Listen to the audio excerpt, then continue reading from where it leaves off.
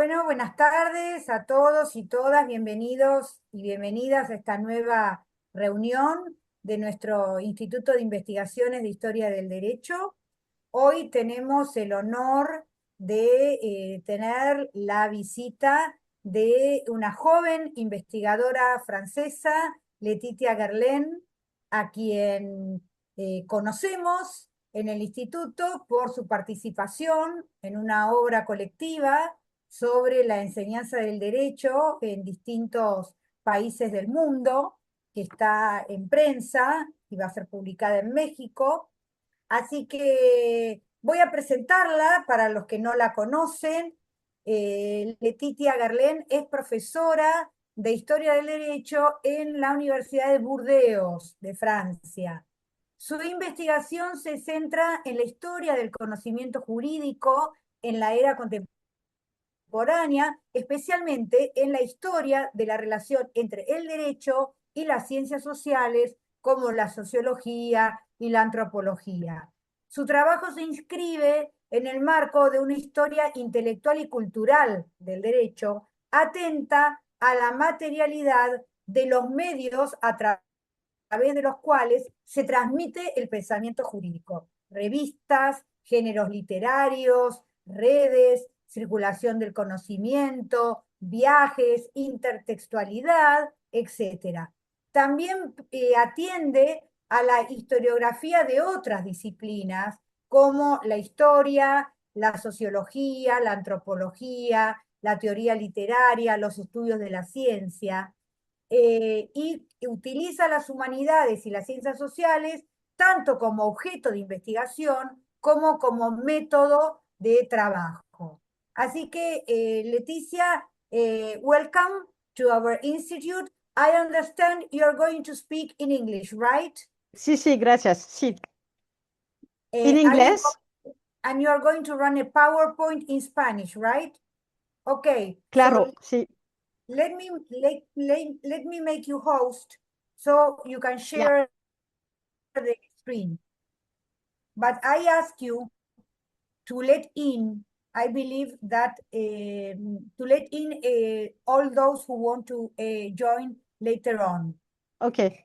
Because if I'm not the host anymore, I won't be able to let them in. Ya. But wait a minute, because Sure. my computer is not working well, and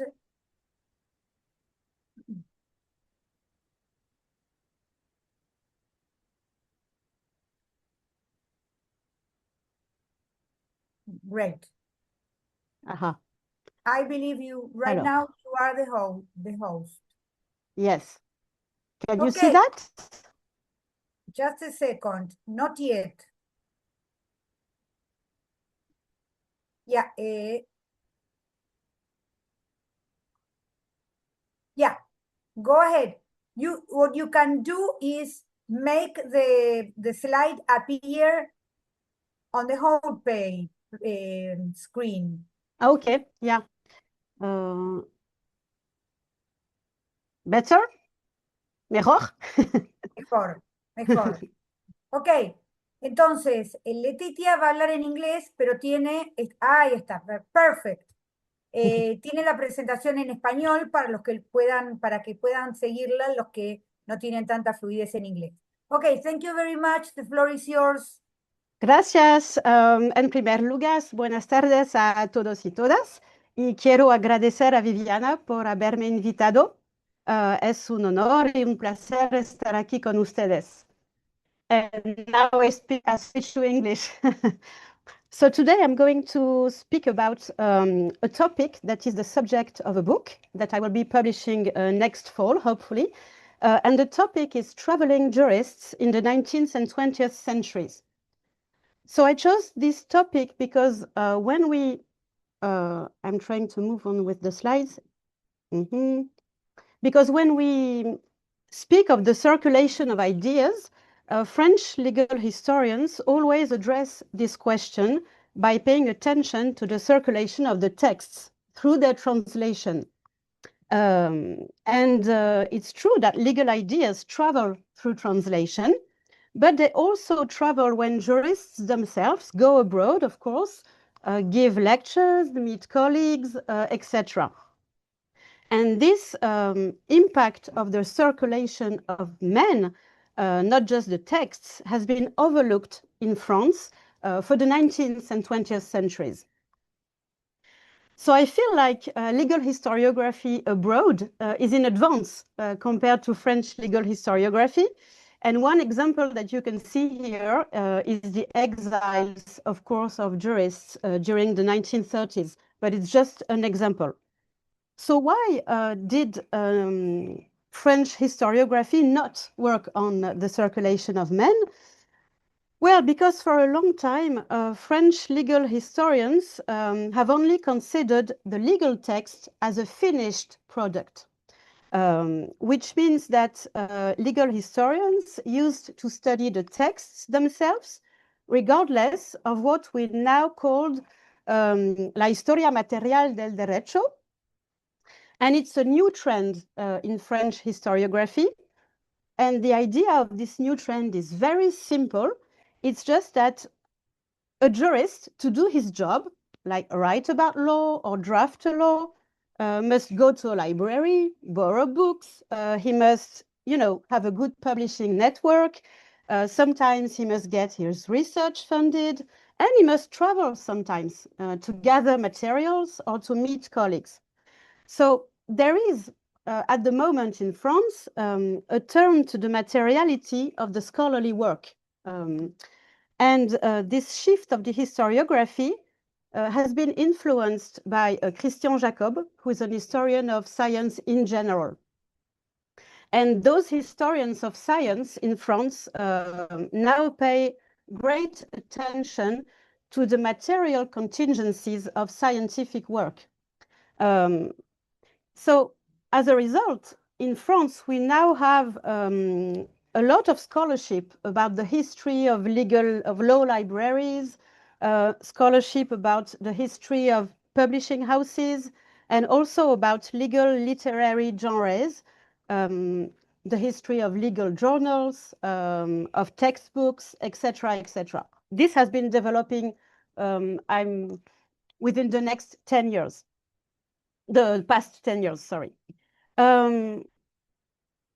And I must add that this shift of historiography is led by a few colleagues, but it's kind of controversial right now, because some colleagues feel that working on la historia material del derecho is not legal history.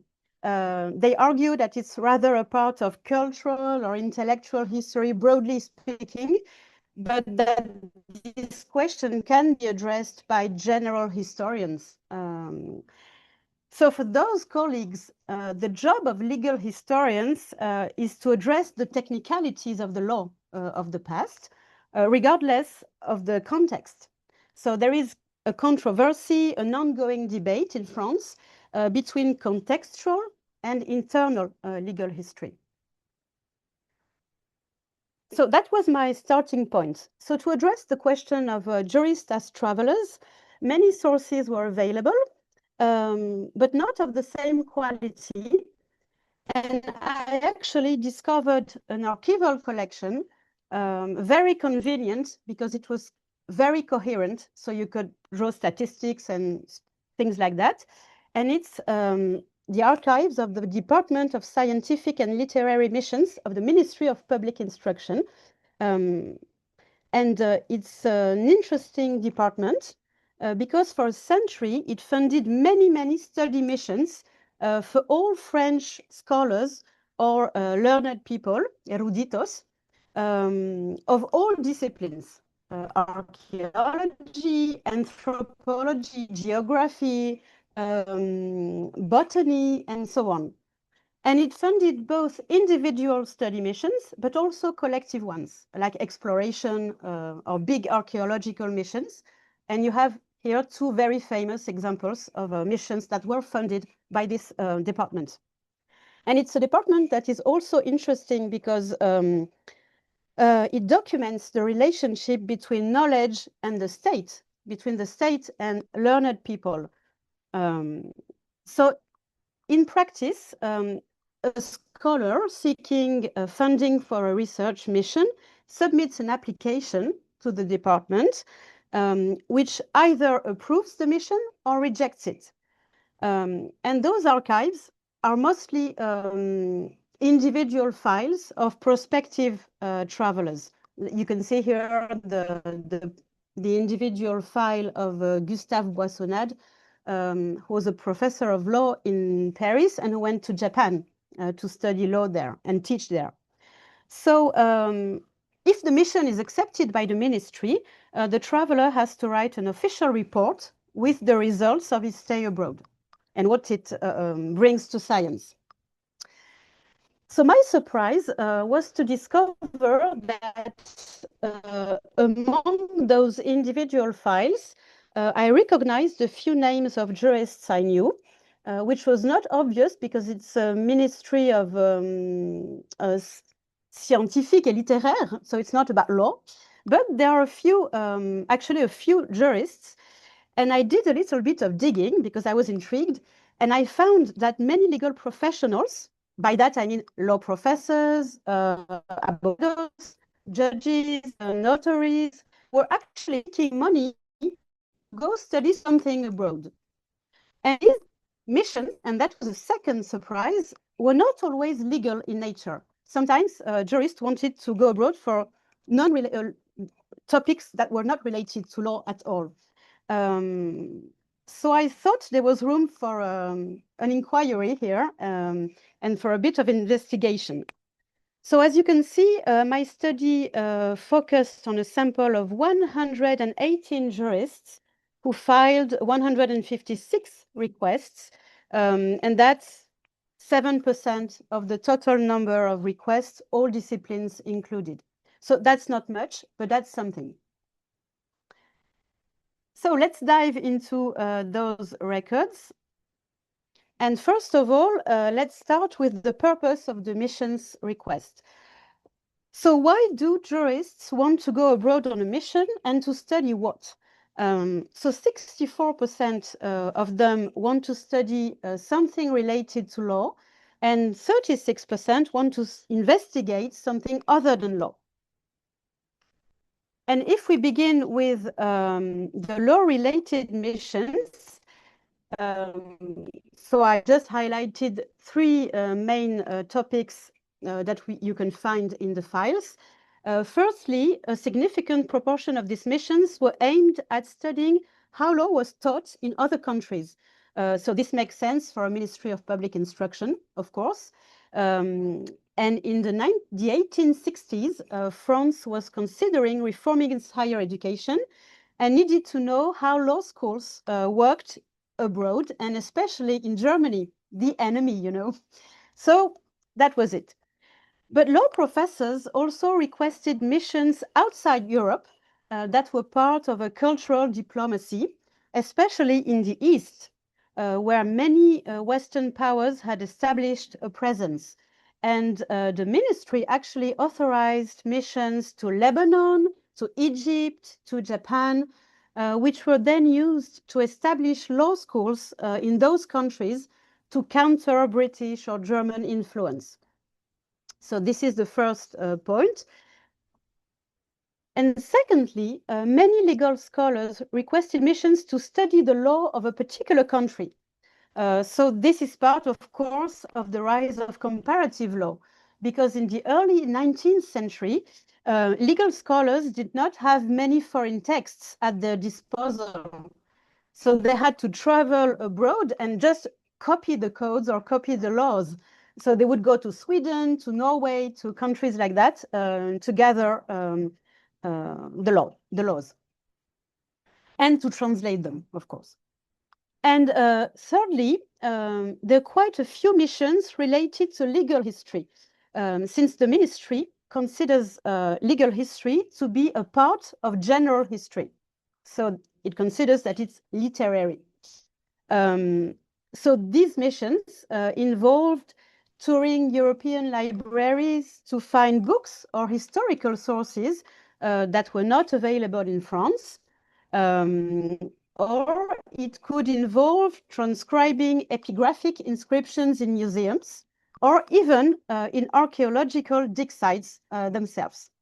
So that's kind of interesting, seeing legal historians, you know, go to archaeological websites because they heard that there is an amazing epigraphic inscription.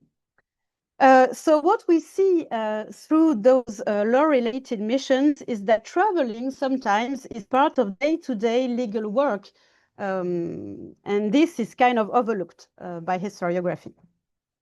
So I hope you're following me and that I'm not talking too fast. Yes, we are. Yes, we are. Okay.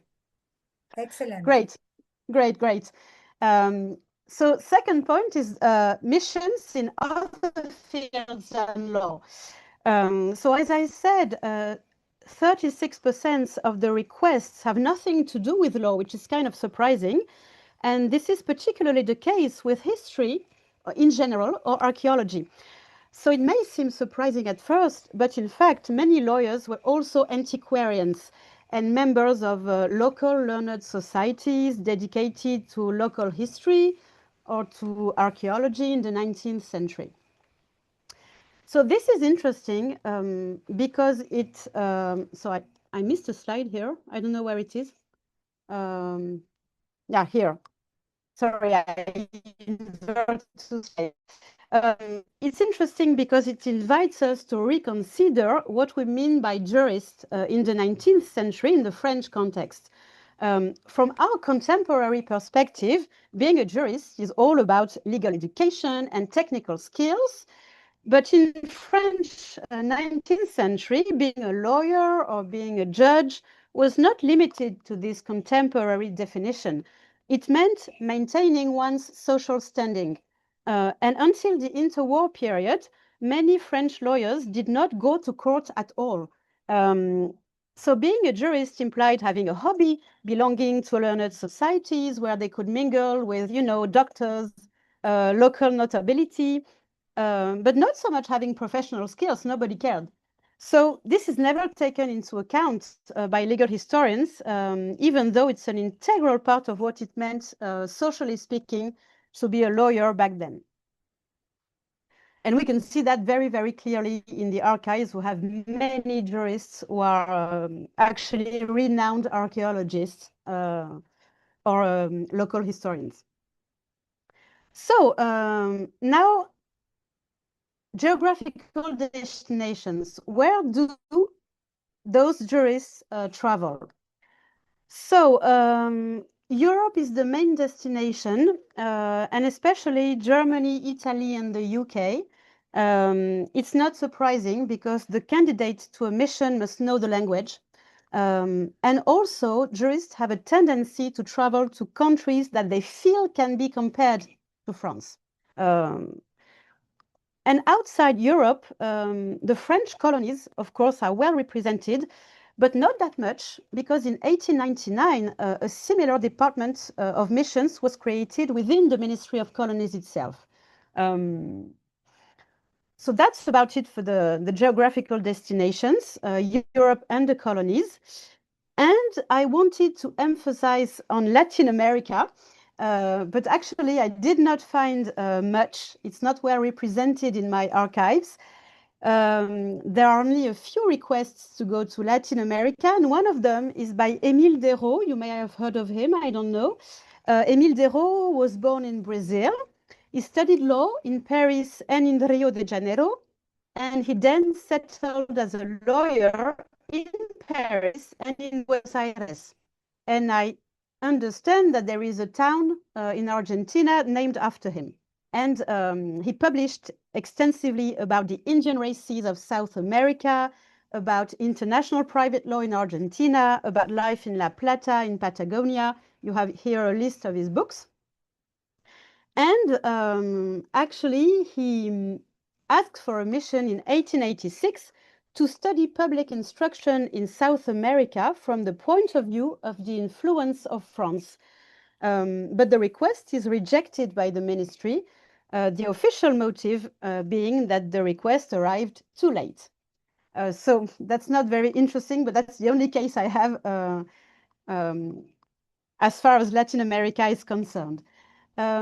And this leads me to analyzing the reasons why a request succeeds or fails. So what you have to understand is that giving someone a mission is a big deal for the French Ministry of Public Instruction, because it gives the traveler an official title, chargé de mission, and official accreditation from the state to facilitate the travel. And therefore, the traveler represents France abroad. So as you can imagine, the ministry is very intentional about the travelers he chooses to support. And this is the reason why to assess the requests of mission. Each time a mission is requested, this commission assesses it and writes a report saying yes, no, why, do we know the candidate, etc., etc. So the goal is to avoid, random people lying about their background, asking for a fake mission just to travel and have fun or avoid their debts, And actually, I have quite a few examples of those profiles in my archives. So the point is that the more time passes, the more professional and regulated the whole process becomes. You have here an example of one of the séances of the Commission des Voyages. So what are the criteria for the ministry to accept a mission or to reject it? So first of all, the professional capacity of the traveler is examined. Does he know the language of the country he intends to visit? Does he know something about archaeology if he wants to go, do archaeology, etc.? And also the innovative nature of the mission. Sometimes, someone asks for a mission to go and study something that is already studied. And so the ministry says, no point. Second, the interests of the ministry itself, because the budget is limited, of course. So the ministry science and French influence abroad.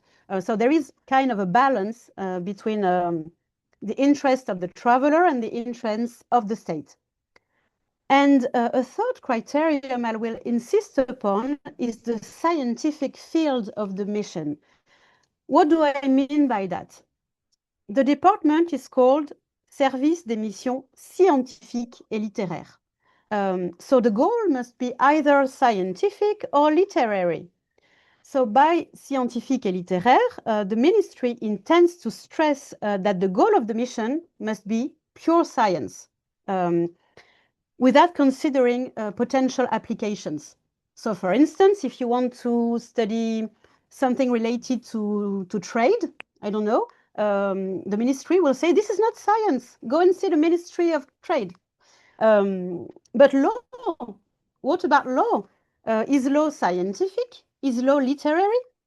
So in the eyes of the ministry, law is not considered as a science, it's a practice. It's something very practical. So the official position of the ministry is to say that law-related missions do not belong to its scope. And a good many law-related missions are actually rejected by the ministry, who says, you want to study the application of a labor law in Germany? Go and see the Ministry of Justice. We do science here. So there is kind of it's very ambiguous. Because as we saw, some legal missions are accepted. Legal history, for one thing, is considered to be literary, more literary than legal, which is interesting. Legal education is considered a part of education in general. So it's interesting because behind those archives, what we can see is the place of law within knowledge in general. And the Ministry of Public Instruction draws a line, which is not always very clear, between legal science and legal practice. And it highlights the ambiguous nature of law itself, which is, of course, a practice, but also a social science. Beyond the specific case of legal science, those archives raise the question of what is pure knowledge? and whether such a category can even exist. Does it make sense? How can one ignore, especially in the 19th century, the political implication of knowledge? There's always a competition between the Western powers when they are in the colonies to do archaeology. This is political. So let me give you one example, and I will finish with that. So sorry, I skipped the slide. So this example is about a mission that takes place at the beginning of the 20th century, when the Ministry of Public Instruction accepts a mission led by two legal historians, Jean-Auguste Brutails and Georges Platon, and they actually lead a legal ethnography mission in Spain, in the Kingdom of Andorra, to collect civil law customs to help draft a civil code for Andorra. So the ministry accepts the mission on the ground that it's pure science, despite the fact that it's aimed at something very practical, which is drafting a civil code. And plus, the context is a highly political one, because legally speaking, Andorra has two sovereigns, France and the Diocese of, I don't know how to pronounce this in Spanish, Urgel, I guess. Sí, el obispo de Urgel. Sí, sí, vale. And so Andorra's sovereignty is divided. And this mission takes place in this very tense environment between two sovereignties. And actually, many documents found by legal historians are meant to defend the rights of France on the territory, saying, we are the most ancient sovereign on Andorra, etc., etc. So what this example shows us is that there is, on the one hand, what the ministry officially says, yes, it's pure science, and on the other hand, what he actually does, politics. So, sorry, I keep skipping slides. So to conclude, this topic goes far beyond what I had imagined at first. La historia material del derecho, it's only a part of it. And those archives actually raise interesting questions about the identity of jurists, about the place of law among the other sciences, and about the relationship between science and the states. But this research is also limited because I only studied one department, the Department of Scientific and Literary Missions. But of course, jurists travel in many other contexts with many fundings coming from other institutions, the Rockefeller Foundation for one. So their travels can be funded elsewhere. And so I decided to expand my research with a colleague of mine, Luisa Bruni, works on the 16th century. And we issued a special issue of Clio et Themis, which is an online free journal. You can go and have a look if you want. And so we issued, I don't want to read in Spanish, it's going to be too difficult for me to pronounce. Lo que la circulación humana hace al conocimiento jurídico. From the 16th to the 20th century, with, as you see, many different examples, with many colleagues that you may know from Latin America. Gracias por su atención y estaré encantada de responder a sus preguntas. Bueno, muchísimas gracias. Muchísimas gracias. ¿Querés dejar de compartir? Do you want to stop sharing the screen? Sure. Up. And can you return me the host? How do I do that? You must place on your name. Yes. You on see my where name, in the list of participants. Yeah. Okay, and then okay. on Yes, the I see that. right side. Okay, and then what do I do? Épingler, mettre en avant, renommer. I think it is. No, okay, I did it. Changer dot. I think that works now. Yeah, You're the great, host. great. Bueno, muchísimas gracias por esta interesantísima y originalísima presentación que despierta muchísimas preguntas y muchísimos comentarios. Veo que I see that one of the contributors of the book you shared with us is Carlos Petit, and I understand Sí. why María is today here with us. María, ¿qué tal María? ¿Cómo estás? Lo vemos a Carlos Petit en la lista de los autores del libro que menciona, ¿no? Bueno, buenas tardes, muchas gracias Leticia, bueno, muchas gracias también Viviana, De nada. por estar aquí. Es cierto, he visto varios fellow, compañeros del grupo de Carlos Petit, Ana María Monti, Luisa Sí, Brunori, sí, Elizabeth Martínez, que trabajó el exilio sí. español. Y bueno, me alegra saber y leeré tu libro, seguramente, seguro. So it's free online. Gracias, María. Letitia, you understand when we speak in Spanish, right? Sí, sí, entiendo más o menos, pero porque estoy una bailadora de flamenco.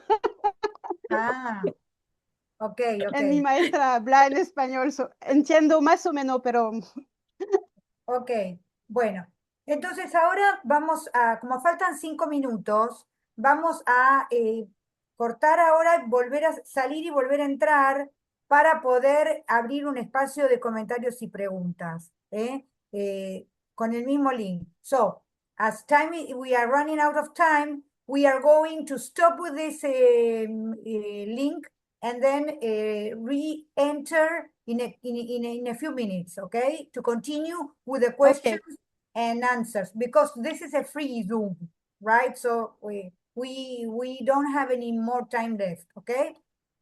Bueno, nos vemos en okay. unos But I minutos must leave in ahora. 10 minutes. Excuse me? No, I was saying that I must leave in 10 minutes. Is that okay? No, no, no. 10 minutes? I'm closing this Zoom. Yeah, And I I will understand. the second, okay. I Nos understand, vemos but en I unos must, minutos. Okay, re-enter. okay.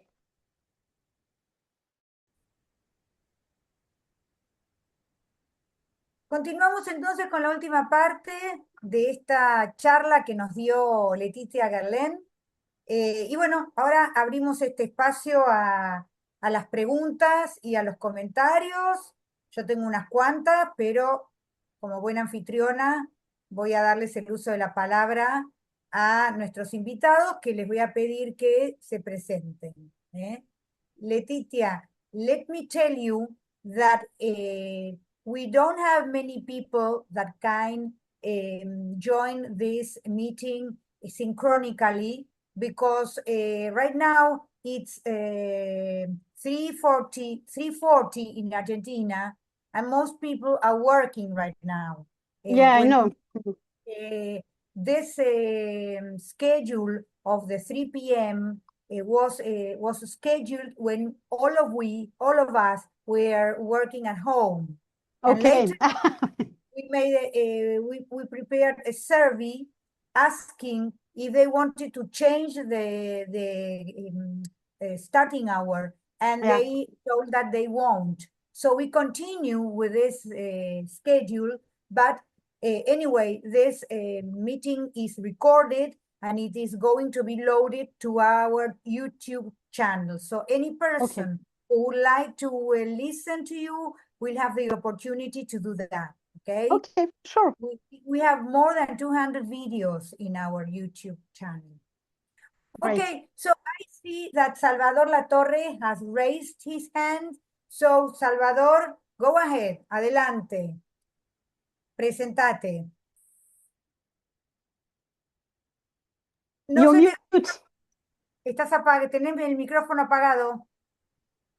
Ahora, buenas tardes, disculpen.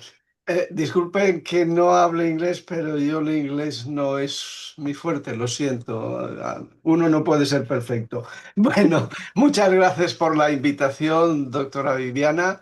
Para mí siempre es un placer estar en estas sesiones, siempre se aprende mucho. Como hoy hemos visto una cosa, unos juristas viajeros. ¡Qué cosa más interesante! Es decir, el viaje y la profesión. Te llevas de viaje la profesión. ¡Qué maravilla!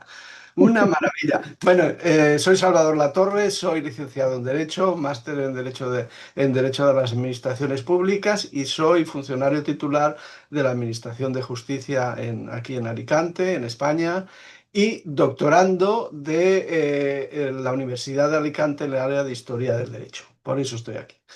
En fin, estoy formándome y ampliando conocimientos, ¿no? Muy interesante su disertación, profesora Leticia. Esto me ha encantado mucho. Además, claro, usted en su exposición hablaba de buscar el estudio de la enseñanza del derecho y también de buscar el derecho comparado. Y cuando ha hablado del derecho comparado, nos hemos ido a un país muy pequeñito que está entre Francia y España, ahí en los Pirineos, en Andorra, que el obispo de Andorra es Sí, copríncipe de Andorra junto con el presidente de la República sí, Francesa, sí, ¿no? claro. Sí, sí, sí. Es decir, es una situación.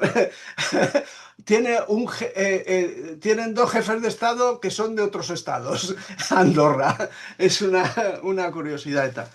Entonces, mi pregunta era, ¿el estudio de la enseñanza del derecho era para aplicarlo a ellos, para aplicarlo o para hacer una recopilación? Es decir, para ver cómo se estudiaba o se enseñaba el derecho en otros donde iban de viaje, o bien era para hacer una comparación y ver qué fórmula podía ser la mejor. Esa sería Uh, una pregunta. Y la otra es dónde se puede conseguir desde España su libro. Esa es más sencilla. so the first question, if I understand, I'm not sure I understood, but so what you're asking if is what is the goal of going to study how law works abroad to compare? Is it to compare or is it to actually I don't know to actually build a school in the country? So No, it's both, okay, no? he was asking whether the scope was to uh, um, to gather elements to legislate on Ah, one hand, no. and on the other hand, whether they were curious about teaching law at universities. So they're actually curious about how law is taught in other universities, how it works, if they have seminars or not. Because in France they do not have small seminars; they only have big amphitheaters with professors teaching, and nobody's allowed to talk to them. It's very like that in 19th century France. So they go to Germany in particular to see how it works in Germany because the system is very different. And they want to compare and see what they can implement in France or not. O sea, ella And lo que this is dice because es we lost the que no iban para conseguir elementos para legislar, sino que iban a ver cómo se enseñaba en otros No, países. no. Sí, sí, eso es lo que yo quería. Sí, no eran elementos para legislar. Yo quiero que, si con lo que se aprendía o lo que veían en los otros países, porque claro, la metodología, si se comparaba la metodología de enseñanza y si se practicaba algún cambio o no, no lo sé. Ok, um, ok. Is it clear? I think so. So it's very hard to say if it had an effect in France. Um, they're comparing, they're thinking, but I think nothing changed. They didn't change anything. Okay. No, But you know, no the ficción. French were actually very cross because we lost the war against Germany in 1821. And so after we lost the war, we began to sending many people in Germany to understand why are they better than us? Why did they win the war? And so we began sending people in the universities to see how the elites are taught. O So sea, it's no lo it's aplicaban. political as well, yeah. Claro. Sí, después de la guerra franco-alemana los mandaban, pero después eso no se aplicaba, no tenía ningún impacto. Ok, Muchas gracias. Ok. muchas gracias. De nada. Ok, any other questions or commentaries? I have some. For example, when there is a coincidence in a way with the creation of this office, governmental office you were speaking about, and the foundation of the Société de Législation Comparée. Can you make the relation between these two governmental offices? Because it's not a coincidence that this office was created. So thank you for your question. The department was created in 1834 and the Société de Législation Comparée 30 years after, in 1869. Before the Société de Législation Comparée was created, the ministry would send jurists that would copy the laws.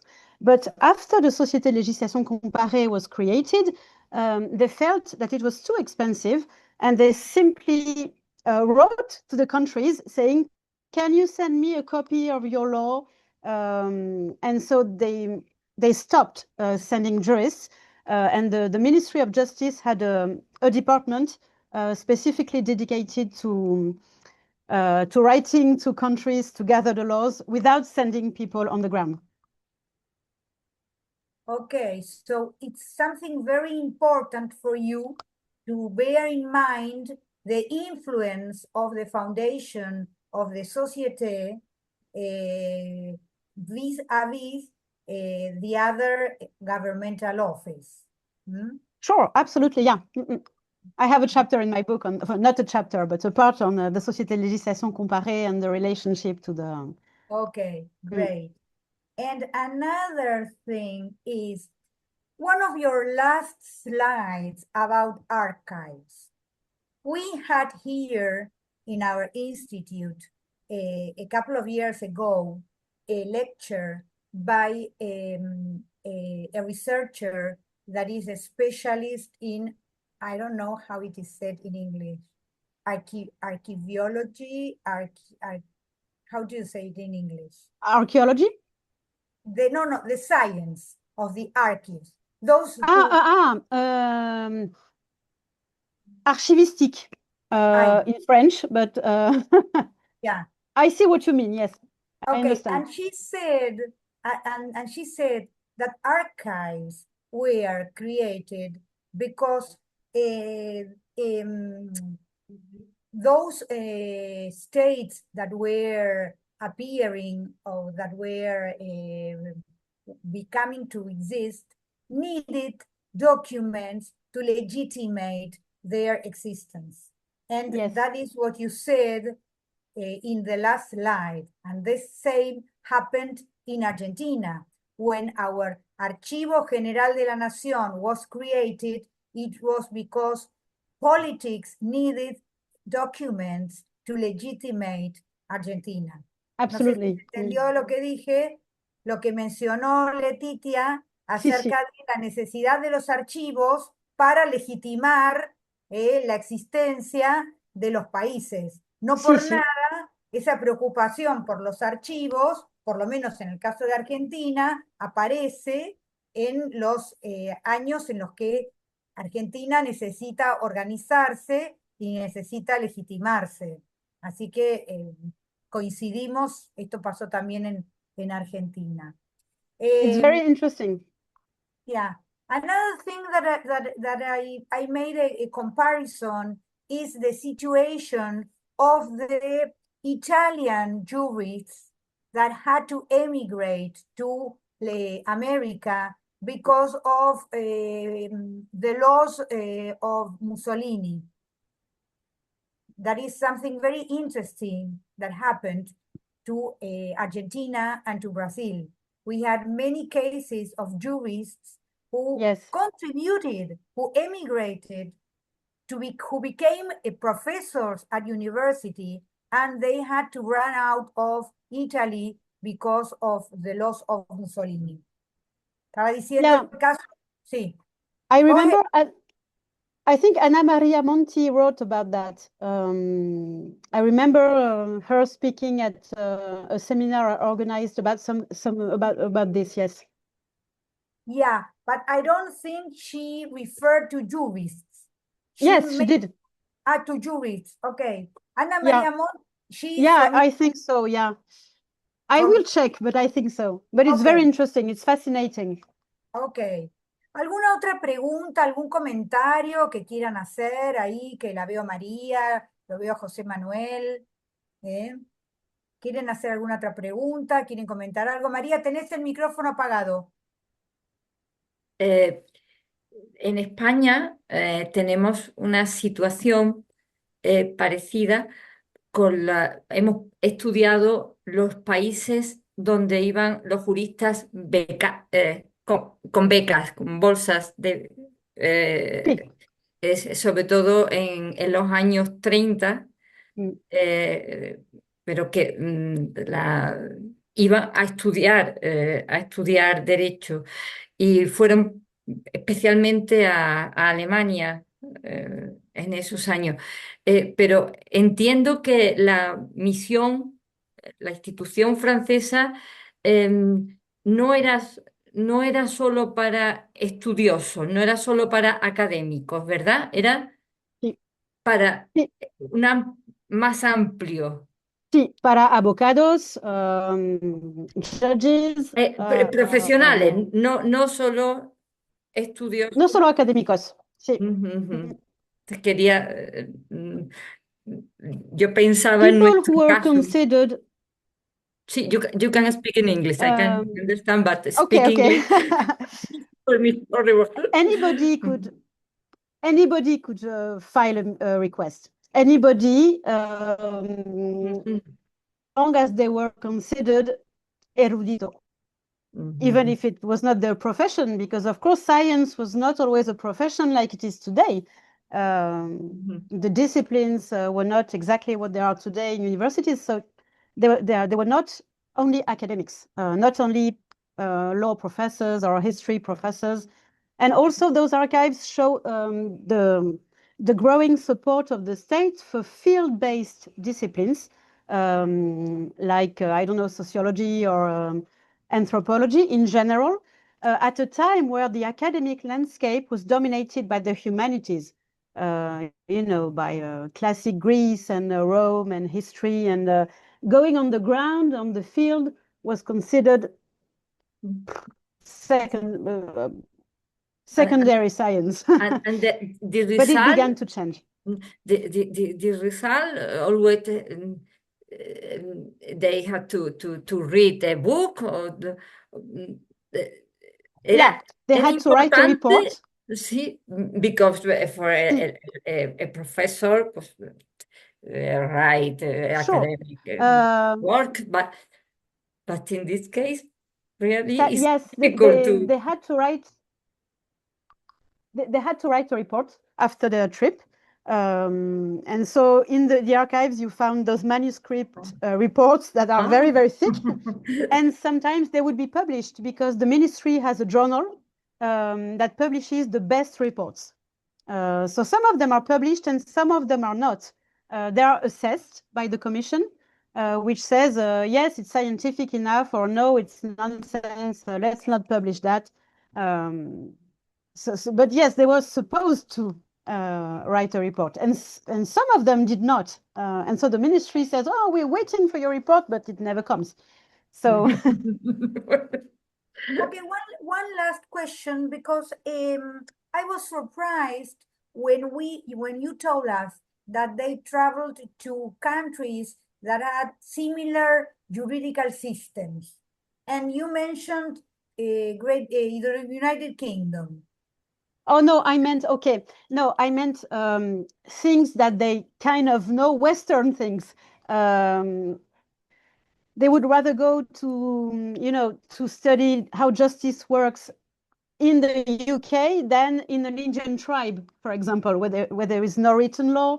So this is what I meant. They are in a Western frame of mind. Okay, thank you very much. But of course, it's a different system, yes. Okay. ¿Hay Thank you alguna very much. pregunta, algún comentario más? Si no, ya estaríamos cerrando. Okay, I see no hands raised.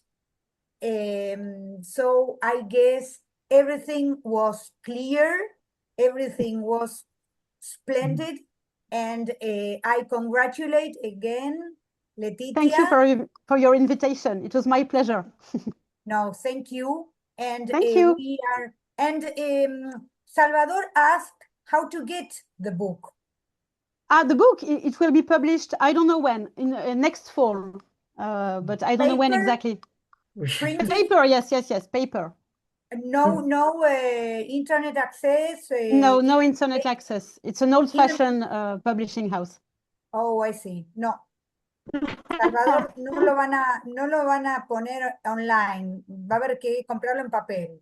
Bueno. But I can send you one if you want. So we jurists... It's better to read it. Soy más de leer en papel también. Sí. We will have to travel to France to get the book. Exactly. No. I guess you can. Thank you very much. You can buy the book and tell them to have it sent to you to Spain. Yeah. Creo que lo van a mandar a España, el que lo compre. Sí, claro. Seguro. Okay, thank you so much. Gracias. See you. Gracias a todos. Gracias, Salvador. Gracias, Viviana. También. Chao, Leticia. Thank you very much. Bye-bye.